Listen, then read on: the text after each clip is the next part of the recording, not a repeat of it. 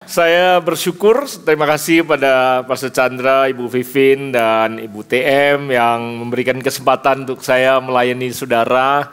Dan sebuah kehormatan boleh ada di tengah-tengah Ibu Bapak sekalian hari ini. Dan saya berharap apa yang saya akan bagikan bisa membangkitkan semangat, amin. Dan bahkan bisa menghadirkan kebenaran yang memerdekakan kita, termasuk menghadirkan kesembuhan yang baru saja kita dengarkan. Dan saya percaya Tuhan terus bekerja dalam kehidupan kita, amin. Tuhan bisa bekerja dengan obat yang kita minum, Tuhan bisa bekerja dengan dokter yang merawat kita, Tuhan bisa bekerja melalui terapis atau melalui pelatih yang Tuhan kirim untuk membantu kita. Saya percaya Tuhan bisa memakai berbagai cara. Tuhan juga bisa melakukannya secara mujizat dalam kehidupan kita. Nah, tema hari ini yang kita akan bahas adalah bicara tentang bagaimana, ya saya minta tolong papan tulis juga. Ibu-ibu nggak keberatan kita seperti, atau bapak-bapak nggak keberatan kita seperti kelas ada papan tulis sebentar? Nanti nggak tulis yang macam-macam, nanti nggak yang berat-berat nggak. Tapi ada sesuatu yang mungkin nanti bisa menolong kalau kita belajar. Juga nggak keberatan kalau hari ini kita belajar? Nggak keberatan ya? Ya, kita akan mengunyah firman Tuhan sebentar, nggak cuma makan bubur ditelan ya. Biasanya kalau kita makan bubur kan kadang badannya nggak sehat, betul nggak? Ya kan, tinggal supaya nutrisinya bisa diasup. Tapi kalau bisa makan sedikit lebih keras, yang harus kunyah, berarti giginya harus kuat, lambungnya harus kuat, betul nggak? Nah, saya percaya justru orang sehat bisa mengunyah sedikit yang lebih keras. Nah, hari ini nggak keras-keras amat, jangan khawatir. Tapi ada sesuatu yang saya rasa ibu bapak akan mengunyah sebentar, sedikit, dan saya percaya nanti akan menjadi sesuatu yang baik buat kita. Nah, ayat pertama yang saya ingin bagikan adalah Amsal pasal yang ketiga. Amsal pasal ketiga, saya ingin memulai dari ayat ke-16. Kalau ibu bapak punya Alkitab atau mau mencatat, ayatnya berbunyi seperti ini. Umur panjang, siapa yang ingin umur panjang? Semuanya masih mau umur panjang? Enggak ada yang bilang, udahlah cukup saya capek. Enggak. Kita mau umur panjang? Amin. Dikatakan umur panjang ada di mana? Tangan kanannya. Di tangan kirinya ada apa? Kekayaan dan siapa yang mau pegang di dalam kedua genggaman tangannya, umur panjang, kekayaan dan kehormatan pada waktu yang bersamaan. Ada mau? Angkat tinggi-tinggi dua tangannya. Masih bisa angkat tangan? Turun, naik lagi, bisa 20 kali? Pak Pendeta, ini khotbah apa senam pagi? Sekalian. Dikatakan umur panjang, kekayaan dan kehormatan digenggam sekaligus. Waktu saya tahun ini juga udah gak muda, saya hampir 60, 59. Waktu saya sedikit lebih muda, karena saya anak pendeta, saya tumbuh besar bergumul dengan kecukupan. Saya ingat saya mau kuliah, gak bisa, mau masuk sekolah negeri, kurang cukup. Kurang apa? Kurang marga, saya orang Medan. Ada orang Medan di sini? Horas? Saya nggak masuk sekolah negeri karena kurang marga. Saya mau masuk sekolah swasta karena kurang uang. Jadi serba kurang. Jadi saya tumbuh besar merasa marah sama Tuhan, marah sama orang tua. Ya karena orang tua saya pendeta, marah sama Tuhan, kenapa saya dikasih mata sipit? Bahwa saya sekaligus dikasih mata lebih besar, dikasih marga, tobing kek, gultom kek gitu ya. Saya kayak marah sama Tuhan, karena saya nggak pernah ditanya. Waktu di kandungan nggak ditanya mau matanya seperti apa, kulitnya apa, sukunya apa, kan saya nggak ditanya, betul nggak? Saya kayaknya marah masa kecil saya. Jadi karena saya marah sama Tuhan, saya marah sama orang tua. Ya udahlah, minimal jadi konglomerat kek, pilih jadi pendeta. Jadi pendeta, saya dikasih tahu kita miskin di bumi, kita kaya di. Nah sama ini banyak yang. Saya kesel, kenapa jadi pendeta kaya di bumi? Miskin di bumi kaya di surga. Ternyata bisa kaya di bumi dan kaya di surga. Nah kalau ibu bapak pilih kaya di bumi, kaya di surga atau miskin di bumi, kaya di surga. Pilih yang mana? Hari gini. Ternyata Abraham kaya di bumi, kaya di surga. Cuma saya temukan banyak kita mengejar kekayaan, tapi mengorbankan kesehatan. Amsal bilang bisa pegang kesehatan umur yang panjang dan kekayaan pada waktu yang bersamaan. Saya masih ingat dulu waktu saya muda. Aduh, pengen banget kalau lihat hotel itu all you can eat. Wah, itu pasti puas tuh. Bayar sedikit, makan banyak. Cuman gak punya uang. Kerja banting tulang, cari uang. Sekarang punya uang, bisa bayar. Begitu masuk, gak punya badan bisa makan. Gula gak boleh. Nasi gak boleh. Garam gak boleh. Jadi kebahagiaan itu adalah kalau punya umur dan punya kekayaan pada waktu yang bersamaan. Betul gak? Tetapi lebih dahsyat lagi Amsal bilang bukan cuma punya umur, punya kekayaan, tapi juga punya kehormatan. Karena saya temukan ada banyak orang punya kekayaan, tapi nggak punya nama baik. Jadi apa yang Amsal katakan, umur panjang, kekayaan dan kehormatan digenggam sekaligus, itu menurut saya berkat Tuhan yang sangat luar biasa. Tetapi saya juga ingin masuk lebih dalam, sebentar lagi kita membahas. Kaya itu bukan cuma sekedar rumahnya besar, mobilnya besar, tabungannya besar, anjingnya besar, suaminya besar, istrinya besar. Ya enggak sih, suami dan istri enggak perlu besar. Tabungan besar boleh ya. Depositonya besar. Tapi menurut saya kaya itu bukan cuma sekedar itu. Termasuk umur panjang itu bukan cuma tahun kita hidupnya lama sekali. Nah, kita mau membahas sedikit apa artinya umur panjang. Sehingga berapa tahun pun Tuhan izinkan kita hidup di dalam kekayaan yang Tuhan berikan. Berapa besar pun tabungan yang Tuhan izinkan kelola. Berapa besar atau berapa kecil pun rumah kita. Kita hidup dalam kekayaan Tuhan yang luar biasa. Ada amin? Jadi kita mau mendefinisikan itu supaya pada waktu kita memasuki usia lebih senja, termasuk saya. Saya juga masuk kategori senior nih sebenarnya. Saya kalau di Bandung saya juga pengen ikut kebaktian ini. Kita bisa menikmati seperti Pastor Chandra bilang slowing down. Bagaimana kita melambat atau memperlambat kecepatan hidup kita.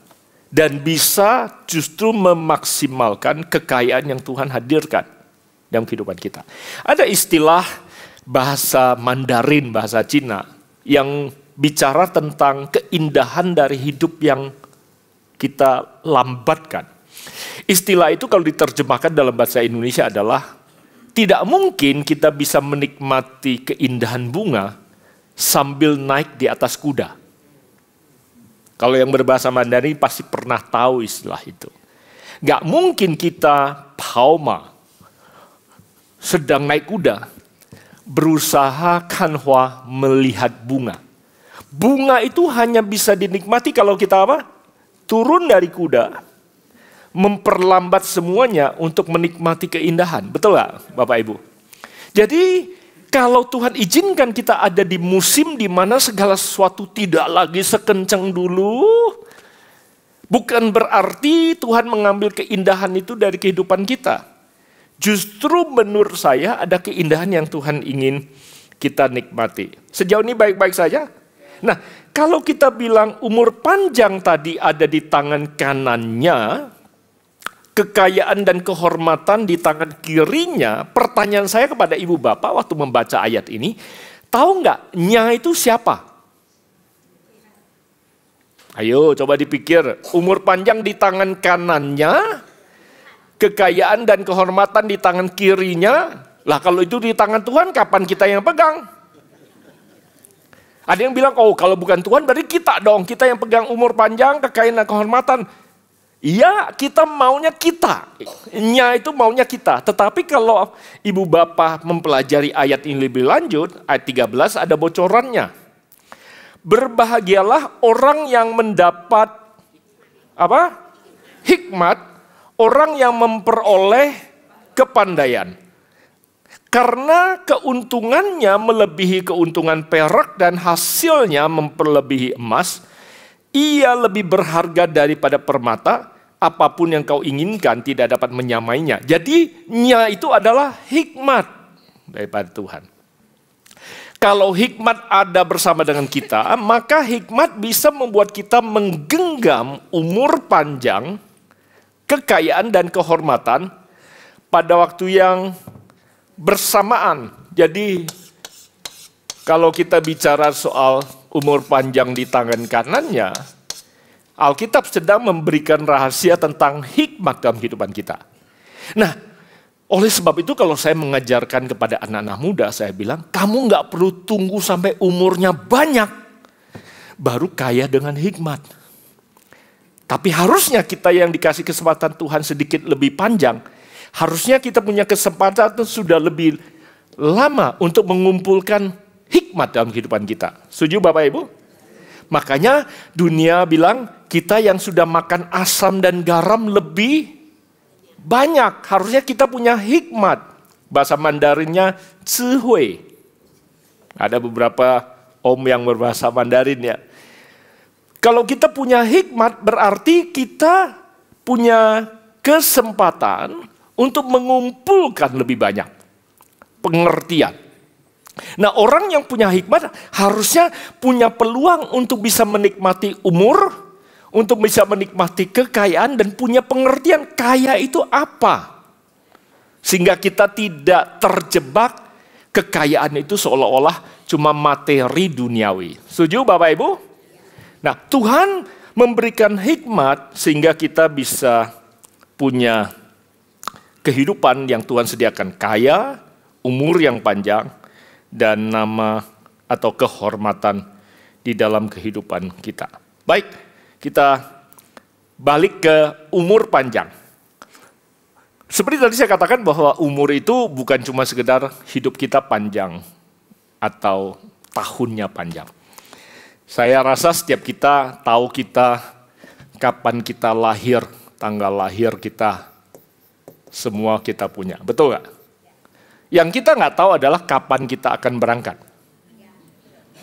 Tapi sehebat-hebatnya kita, seberhikmat-seberhikmatnya kita, sesehat-sehatnya kita, sekaya-kayanya kita, seberpendidikan kita, seberkuasa kita, sehebat apapun juga, suatu hari kita akan pergi.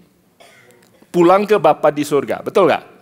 Jadi kita tahu kapan kita check out, yang kapan kita tahu, kita belum tahu. Tanggal pergi kita belum tahu. Atau pulang, kita belum tahu.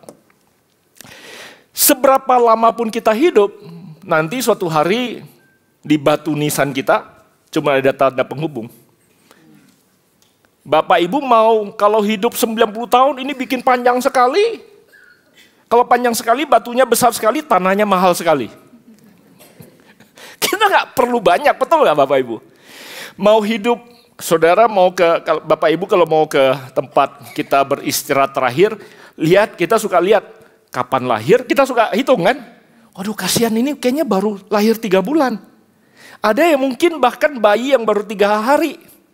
Ada yang cuma 30 tahun. Nah kalau kita lihat ini, Yesus cuma hidup 33,5 tahun. Kalau seandainya Yesus ada batu nisan, kita akan bilang, mudah sekali. Apalagi kalau kita dengar, oh kamu harus dengar kisah dia meninggalnya. Disalib. Wah tragis sekali. Ternyata umur panjang tidak diukur dari berapa tahun kita hidup. Umur panjang diukur dari apa yang kita isi ke dalam garis penghubung ini. Ada orang hidup panjang sekali, tapi kalau kisah hidupnya diceritakan, nggak banyak yang bisa diceritakan. Umur yang panjang bicara apa yang kita isi di sini. Ibu yang tadi bersaksi, dan setiap kisah kehidupan yang ibu bapak Tuhan izinkan lewatkan, yang akan membuat kita menikmati setiap hari daripada waktu yang Tuhan sediakan bagi kita. Makanya Amsal bilang, ajarilah kami untuk menghitung hari, supaya kita beroleh hati yang bijaksana. Itu bicara soal ini. Semakin kita mengisi hari kita dengan baik, dengan berharga, semakin kita menikmati umur yang Tuhan sediakan bagi kita. Semakin kita tidak tahu mau kita apakan setiap hari kita, semakin kita bosan, hari malah semakin merasa tidak berguna. Setuju Ibu Bapak? Nah, pagi hari ini saya berdoa supaya Ibu Bapak sadar kalau Tuhan masih berikan nafas. Berarti Tuhan masih percayakan kehidupan, Tuhan masih percayakan rencana. Tidak ada satupun kita Tuhan berikan nafas, hidup kita tidak berguna. Hanya karena kita tidak bekerja, bukan hidup kita tidak berguna. Hanya karena kita tidak berkantor, bukan berarti waktu kita tidak berharga. Hanya karena kita tidak punya jabatan, bukan berarti kita tidak punya dampak. Detik ini saya berdoa, supaya Tuhan tempatkan di hati Ibu Bapak beban. Beban itu bukan buat kita tertekan. Beban itu supaya Tuhan taruh di mata kita. Kita bisa melihat mengapa Tuhan masih izinkan kita bernafas. Berapapun hari yang Tuhan masih berikan, aku akan berguna untuk Tuhan. Untuk anak, untuk cucu, untuk menantu, untuk sahabat, untuk tetangga. Sampai detik terakhir Tuhan ambil nafas ini. Aku akan hidup untuk Tuhan. Tuhan, aku berdoa. Ya, boleh tepuk tangan buat Tuhan kalau mau. Aku berdoa supaya Tuhan buka mata rohani Ibu Bapak untuk melihat visi, beban dan panggilan yang Tuhan tempatkan. Ada orang-orang yang Tuhan perlu berkati melalui keberadaan Ibu Bapak sekalian. Tuhan buka matanya, Tuhan taruh di hatinya, dan ada kepastian bahwa itu adalah panggilan Tuhan dalam kehidupan aku. Umur yang panjang. Ada amin? Nah, apa ini sekarang kita bahas? Jadi kalau Tuhan bilang hidup kita 40 tahun, Ibu Bapak sudah lewat 50 tahun, 60 tahun, 70 tahun, ada yang lewat 80. Berapapun juga nggak ada yang perlu ditakutkan. Karena kalau kita dibawa pulang, kita kembali ke Tuhan dan pergi ke tempat yang lebih indah. Orang yang takut pergi karena nggak pasti mau kemana dia pergi dan nggak jelas kemana dia pergi. Kalau kita tahu tempat kita pergi jauh lebih bagus dari sini, kita nggak takut akan pergi dan kita tidak enggan untuk pergi. Betul nggak Ibu Bapak? Tidak ada yang perlu ditakutkan oleh orang percaya lagi, karena makanya Paulus bilang, saya tinggal di sini senang, pergi juga senang. Malah bingung pilih antara mau tinggal atau pergi. Hanya orang yang tidak yakin kemana dia pergi, hanya orang yang tidak yakin bahwa tempat dia pergi lebih baiklah, dia takut untuk pergi. Saya berdoa, umur panjang ada di tangan kanan kita. Semua yang setuju katakan? Masih semangat Ibu Bapak? Oke, sekarang mari kita definisi kekayaan. Supaya kita nggak ngotot, karena saya temukan ada banyak anak-anak muda ngotot, banting tulang.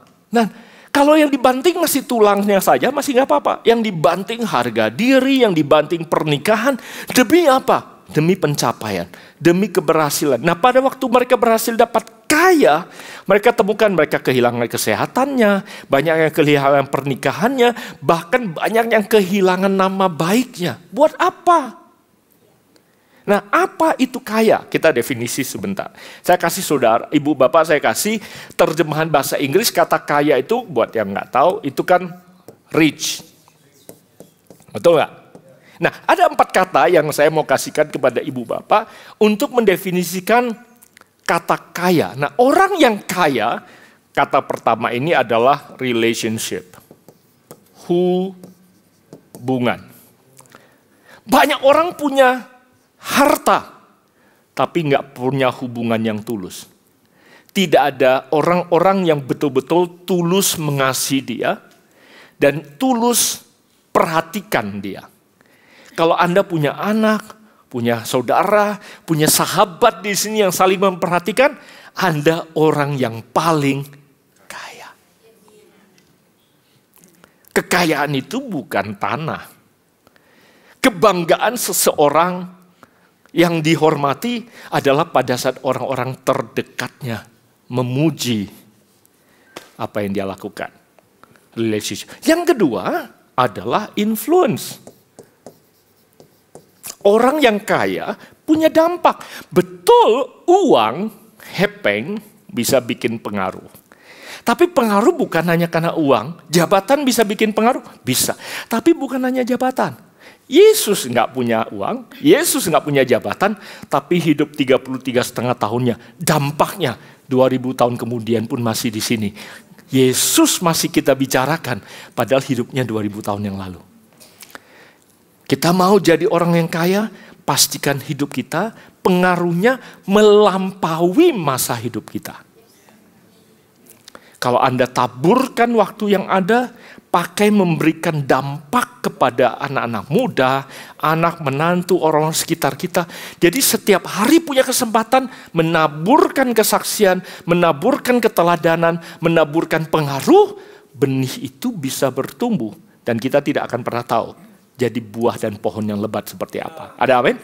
Jadi setiap detik ibu bapak dikasih kesempatan waktu yang ada. Itu kesempatan untuk menaburkan pengaruh. Jangan pernah jemu menaburkan pengaruh. Kadang-kadang tidak selalu yang kita taburkan didengerin. Tidak semua yang kita taburkan dilakukan. Tidak semua yang kita anjurkan ditaati. Betul gak? Tapi jangan kecewa. Karena kita hanya menaburkan benih. Yang membuat pertumbuhan itu bukan kita. Tuhan yang memberikan pertumbuhan. Dan merekalah tanah yang harus meresponi. Tugas kita hanya apa? Menaburkan benih. Hanya karena kita sudah taburkan pengaruh, terus nggak ditanggapi, terus kita kecewa, kita yang rugi. Karena kesempatan untuk menaburkan kehidupan, Tuhan berikan pada kita. Setuju? Nah yang ketiga, bahasa Inggrisnya agak sedikit lebih ribet atau lebih berat, namanya contentment. Tidak semua kita mengerti. Contentment itu artinya puas. Puas. Orang yang kaya adalah orang yang tahu berkata cukup, puas. Rumahku masih kecil, cukup, puas. Itu orang yang kaya. Karena Amsal bilang orang yang tidak tahu berkata cukup, hidupnya mau punya berapapun gak pernah puas. Saya punya jemaat dulu pernah bilang gini, Kak, dia orang Manado. Kak, karena dia merantau. Rumahku kecil, saya bukan rumah, tempat kos. 2x3. Kak, kalau semua rumahku sedih atau kosku lebih gede, saya bisa lebih tenang, lebih bahagia. Kenapa? Karena sekarang motorku diparkir di luar. Dan betul, mereka kehilangan motor, dicuri orang. Tidur nggak nyenyak, Kak. Kalau kamarku 4x6, 2 kali lipat. Wah, aku bakal bahagia. Motorku bisa masuk di dalam. Saya bilang, kamu harus bahagia dulu waktu kamarnya 2x3. Karena kalau kamu nggak bisa bahagia 2x3, waktu 4x6 kamu nggak akan bahagia. Enggak sih Kak, 4x6 saya bahagia. Coba aja. Begitu dia punya 4x6 motor taruh di dalam. Karena tahun itu waktu dia kehilangan motor, kami pengerja di JPCC ngundi, dia dapat motor. Makanya dia saksi, Kak, terima kasih ini Tuhan jawab motor yang hilang dibalas. Makanya aku doa biar dapat 4x6, biar motor parkir di dalam. Saya bilang motor parkir di dalam, knalpot kena pipi nanti. Gak apa-apa Kak, yang penting aku bisa tidur. Dia sama suaminya. Itu. Kecil. Suatu hari saya tanya, sekarang rumah kamu? Dia malu-malu. Kak, udah gak 4x6 sih. Tapi, boleh gak Kak aku doa? Apa? Ya ini karena 1 lantai suka banjir, gak bisa ngungsi. Mau minta 2 lantai. Suatu hari saya ketemu lagi, gimana? Namanya Sri. Lapias dia farmnya. Saya bilang, kenal Sri kamu? Dia kenal, Sri kenal. Sri, kamu senangkah rumah kamu 2 lantai? Kak, jalannya terlalu kecil sih. Ibu bapak pasti tahu kira-kira kalau saya lanjutkan kisahnya kemana? Karena kalau kita taruh bahagia itu di depan, kita berpikir kalau kita kejar sampai di situ kita bisa bahagia. Ternyata begitu kita sampai di situ Tuhan jawab, bahagia udah pindah. Pindah ke jalan yang lain. Halo? Pindah ke kompleks yang lain. Begitu kita dapat jalan lebih besar, bahagiakah? Oh, kalau boleh kompleksnya lebih elit. Itu sebabnya Alkitab Amsal bilang, kalau kita belajar berkata cukup, maka puas itu datang menjemput kita. Jadi orang yang puas, orang yang konten, orang yang kaya adalah orang yang bisa bersyukur dan bisa berkata cukup dengan apa yang ada di tangannya. Sehingga dia nggak perlu ngos-ngosan kejar bahagia. Bahagia datang menjemput dia dimanapun dia berada. Jadi ya kasih tepuk tangan buat Tuhan. Kalau kita masih Tuhan kasih pasangan hidup yang masih ada, Tuhan terima kasih. Walaupun rambutnya tidak lagi sebanyak dulu waktu muda. Jadi bahagia. Karena kalau enggak, habis dia begini. Kalau kita mau cari kurangnya, pasti banyak. Anak kita pasti banyak kurangnya. Cucu kita pasti banyak kurangnya. Menantu kita pasti banyak kurangnya. Tetangga kita pasti banyak kurangnya. Pendeta kita masih ada kurangnya karena manusia. Koordinator kita bisa ada kurangnya. Kenapa? Manusia. Tapi kalau Anda berkata, Tuhan terima kasih kalau Tuhan masih izinkan ada pasanganku. Kalaupun udah nggak ada, Tuhan berarti Tuhan percaya aku bisa hidup sendiri dan Tuhanlah pendampingku. Jadi bahagia itu datang dan tidak ada kesempatan kesepian mencuri. Oh lihat tuh sebelah tuh dia masih ada pasangannya, kan kamu nggak berarti Tuhan nggak sayang. Itu jebakan iblis untuk mau mencuri kebahagiaanmu. Kalau engkau berkata Tuhan, kalau Tuhan ambil pasanganku, berarti Tuhan percaya aku bisa hidup kuat sendiri karena Tuhanlah pendampingku. Dan pada detik itu bahagia datang. Kesepian gak punya tempat dalam hati ibu bapak sekalian. Ada amin? Tuhan terima kasih untuk anak-anakku. Mereka memang sibuk. Tidak punya waktu sebanyak yang aku mau. Tapi aku bersyukur sehingga waktu anak-anak datang. Walaupun cuma sebentar. Ibu bapak bisa menikmati. Bersyukur untuk waktu yang sedikit itu. Waktu cucu datang. Ibu bapak gak menjadi orang tua yang sekarang baru datang. Padahal itu kesempatan untuk menikmati yang sebentar itu. Hari Sabtu, Minggu walaupun cuma 1 jam. Ibu bapak bisa bilang Tuhan terima kasih ini. Jadi waktu yang sedikit itu jadi seperti emas dan permata yang berharga. Ibu bapak tidak menjadi orang-orang yang senantiasa menggerutu, tidak bisa menikmati. Itu orang yang kaya. Kan ada banyak orang diberkati Tuhan tapi tidak bisa menikmati karena hatinya penuh dengan ketidakpuasan. Coba latihan dulu sekarang. Latihan sekarang dalam hati aja. Apa yang selama ini ibu bapak suka bilang, soalnya begini, si anak begini, si menantu, apalagi si mantu ini, sejak anak saya menikah sama dia, nggak ada di sini, di JPCC banyak, di gereja saya banyak.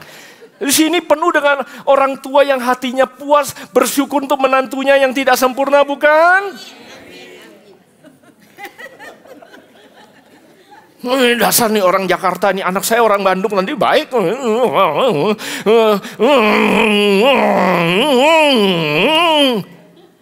Begitu mantu itu datang, padahal dia perhatian kita udah nggak bisa menikmati perhatian yang dia kasih.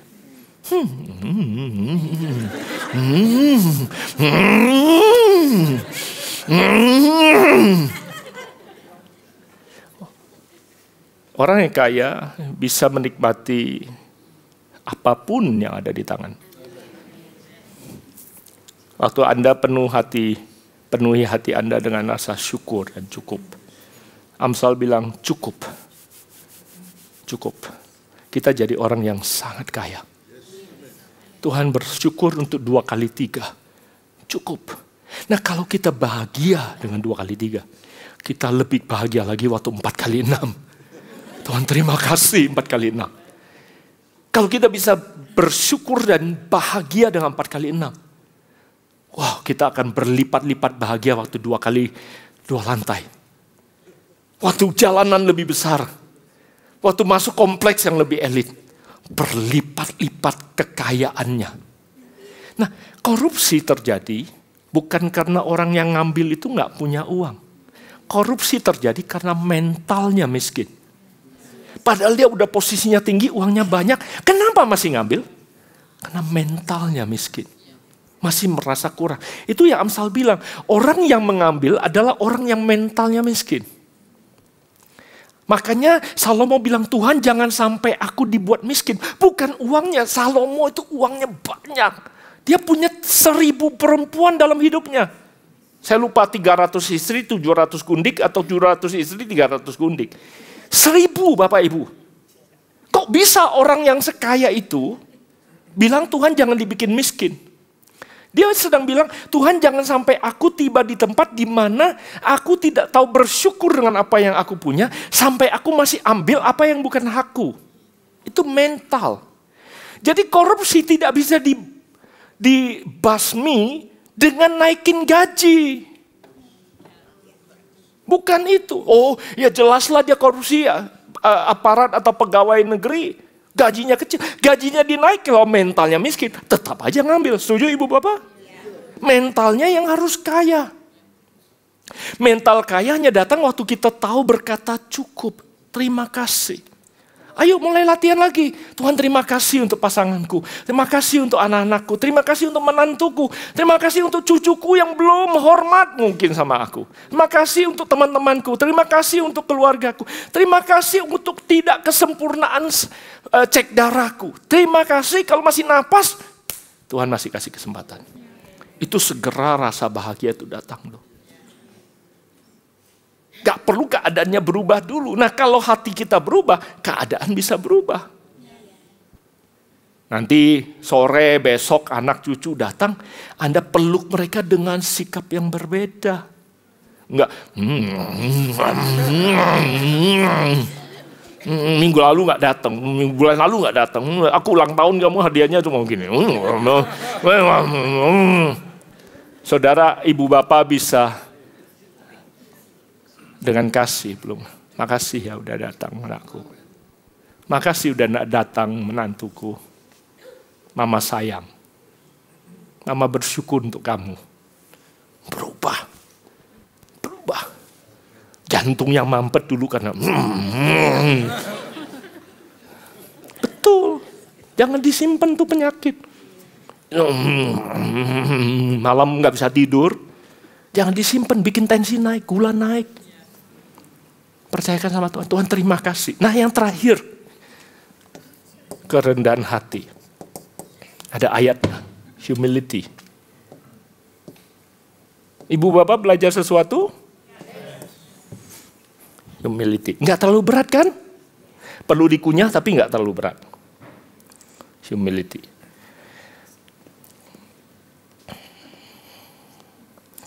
Amsal 22 ayat 4 bilang ini.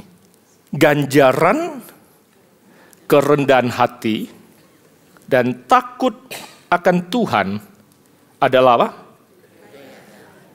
Kekayaan, kehormatan, dan kehidupan.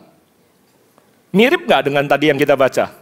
Umur panjang, kekayaan dan kehormatan. Untuk kita bisa pegang itu, hikmatnya adalah rendah hati. Bukan rendah diri. Rendah hati. Ganjaran itu hukuman, betul gak? Ganjaran itu kan hukuman, konsekuensi. Kalau rendah hati, hukumannya ini. Dapat kekayaan, berarti dapat kesempatan lebih lagi, dapat kesempatan punya hubungan dan pengaruh lebih lagi, bisa lebih puas lagi. Semakin kita rendah hati, semakin kita dikasih kekayaan dan kehormatan dan kehidupan. Siapa yang mau dihukum Tuhan seperti itu? Saya mau. Karena tinggi hati justru membawa kehancuran kalau ibu bapak baca di Alkitab. Jadi orang yang kaya atau orang yang betul-betul kaya biasanya rendah hati. Yang sombong itu cuma punya uang biasanya. Bukan kekayaan yang sejati. Bahkan sekarang di kalangan anak-anak muda ada istilah orang-orang yang betul-betul kaya. Bahkan mereka sebut itu sebagai old money. Orang yang old money bukan orang kaya baru. Enggak pamer semua. Karena kekayaan bukan apa yang ada di tampak di luar. Karena kekayaan adalah apa yang ada di dalam hidupnya. Ada amin? Nah, pagi hari ini saya berdoa ada umur yang panjang, ada kekayaan, ada hubungan yang terus Tuhan tambahkan. Ada pengaruh yang Tuhan terus izinkan ibu bapak kelola. Sehingga betul kekayaan itu ada dalam kehidupan saudara. Amsal 22 ayat 1, kemudian saya ambil selesai. Saya minta keyboard kalau boleh. Ya. Nama baik lebih berharga daripada kekayaan besar, dikasihi orang lebih baik daripada perak dan emas. Yesaya 40 ayat 31 ayat saya terakhir. Orang-orang yang menanti-nantikan Tuhan mendapat apa? Kekuatan baru. Mereka seumpama raja wali yang naik terbang dengan kekuatan sayapnya. Mereka berlari dan tidak menjadi lesu. Mereka berjalan dan tidak menjadi lelah. Orang menanti-nantikan Tuhan. Menantikan Tuhan itu perlu kesabaran. Menanti-nantikan Tuhan itu perlu kehidupan yang lebih melambat. Kalau Tuhan izinkan ibu bapa dan saya mulai memperlambat kehidupan, Tuhan tidak mau kita berhenti. Tuhan cuma mau kita punya musim kehidupan di mana kita bisa menantikan Tuhan dan menyalurkan hikmat Tuhan kepada orang-orang sekitar kita. Salah satu hal yang saya ingin ceritakan sebelum saya berdoa adalah saya, walaupun sekarang memasuki usia hampir 60 tahun, salah satu hal yang saya latih adalah memperlambat hidup saya. Saya melatih untuk memperlambat otak saya. Ibu Bapak, saya dari sejak muda itu otak ini maunya kenceng aja. Saya ternyata dipertemukan dengan seorang teman psikolog, namanya Dr. Robbie Sonderegger, dia orang Australia. Dia mengajarkan pada saya sebuah istilah, ini nggak penting tapi saya sebut saja. Sebuah istilah psikologi yang disebut dengan alpha brain waves. Kalau ada yang tertarik nanti bisa Google kalau masih mau. Alpha brain waves. Bicara soal gelombang otak yang namanya alpha. Ternyata gelombang otak kita ini kalau dipakai alat untuk ukur, ada yang namanya alfa, ada yang namanya beta, ada yang namanya delta, ada yang namanya theta, ada yang namanya gamma. Itu semua adalah alfabet bahasa Yunani. Nah, alfa adalah gelombang otak kita yang paling kalem, yang paling cerdas. Di atas alfa ada gelombang otak beta yang cepat sekali. Cepat sekali. Ada di bawah alfa, ada delta, ada theta kalau saya tidak salah. Itu kalau kita habis sore nanti jam 1 siang habis makan, ada yang mata setengah buka setengah. Antara ada dan nggak ada, ada paham? Nah, itu delta itu. Diajak ngomong, Nah. Tapi juga ada di mana kita betul-betul tenggelam dalam tidur pulas. Digoyang-goyang nggak bangun, itu gelombang otak tertentu. Saya lupa persis yang mana delta, yang mana theta. Nah, kalau kita ada di alfa, kita itu nggak bisa dimanipulasi bahkan. Orang bahkan nggak bisa dihipnotis kalau ada di alfa. Jadi saat teduh kita paling peka kalau kita lagi ada di alfa. Sebenarnya. Memang kalau performa olahraga tertentu nggak semua bagus kalau alfa. Contoh lari 100 meter nggak bisa alfa.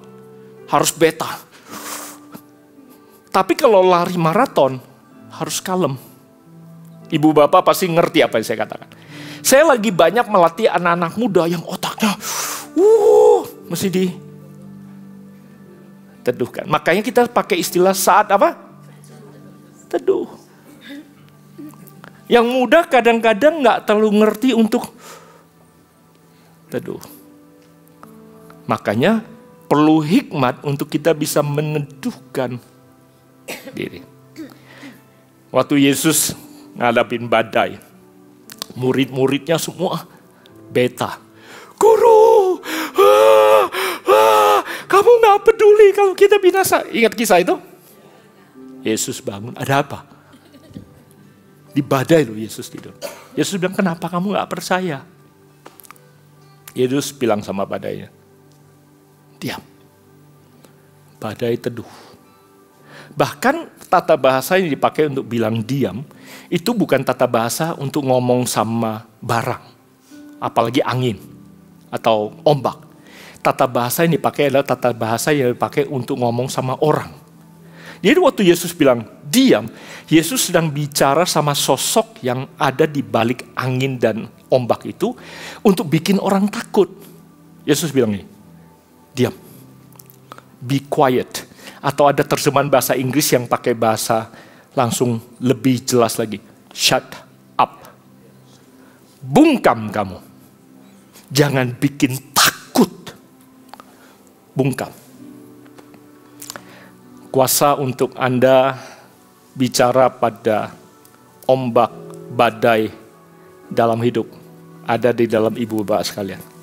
Bangun pagi, kalau ada pikiran yang tadi, ada takut yang mau datang. Ya kalau begini, gimana kalau. Ya kan? Sering kan? Itu dia ketuk di pintu pikiran kita. Bilang sama dia, diam. Hadirkan teduh, diam. Diam. Ya tapi kan hasil darah, diam.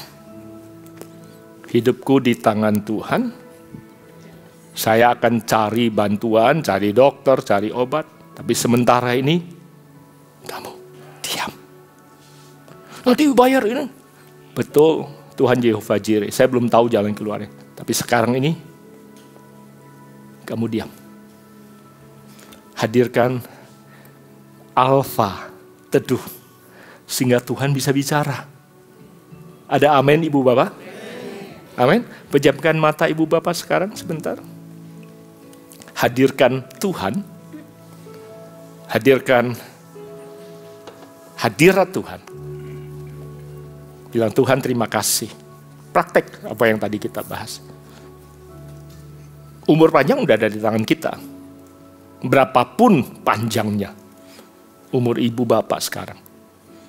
60, 65, 70, 75, 80, 85, 90. Berapapun. Terima kasih untuk umur yang panjang. Hari ini aku bisa bahkan naik di lantai ini. Ada kekuatan di badanku. Tuhan baik. Terima kasih Tuhan. Ucapkan syukur.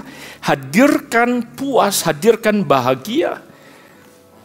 Dan aku berdoa Tuhan saat ini. Biar Tuhan buka mata ibu bapak sekalian. Untuk melihat visi, panggilan, pengaruh dan dampak yang ibu bapak Tuhan percayakan untuk kelola. Ada anak, mantu, cucu, teman, keluarga yang Tuhan mau jangkau dan berikan pengaruh melalui keberadaan mereka. Kerendahan hati yang mereka miliki akan menghadirkan berkat yang datang daripada Tuhan.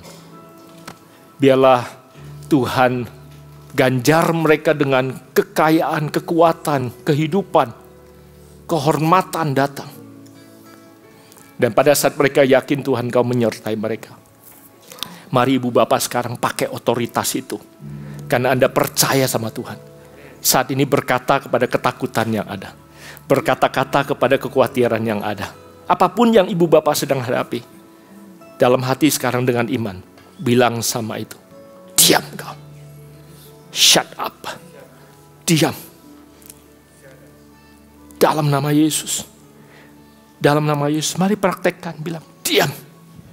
Diam. Takut khawatir. Diam. Aku tidak perlu orang lain mendoakan aku. Karena kuasa itu ada di dalam aku. Bukan berarti gak boleh didoakan orang lain. Tapi detik ini aku pakai otoritas itu. Diam engkau iblis. Dan saat ini juga aku lepaskan kesembuhan. Aku lepaskan mujizat. Aku lepaskan damai. Aku lepaskan sukacita. Aku lepaskan kelimpahan. Aku lepaskan kebahagiaan atas ibu bapak sekalian. Urapan dan otoritas itu mengalir. Anak-anak mereka diberkati. Menantu mereka diberkati. Bahkan rumah tangga mereka diberkati. Cucu-cucu mereka diberkati. Ada pemulihan. Ada mujizat yang terjadi, hubungan yang dipulihkan. Komunikasi yang tadinya rusak dipulihkan. Aku berkati hamba-hambamu semua dengan ucapan syukur. Hanya di dalam nama Yesus. Dan semua kita yang menerimanya bersama-sama kita katakan. Amin. Amin dan amin.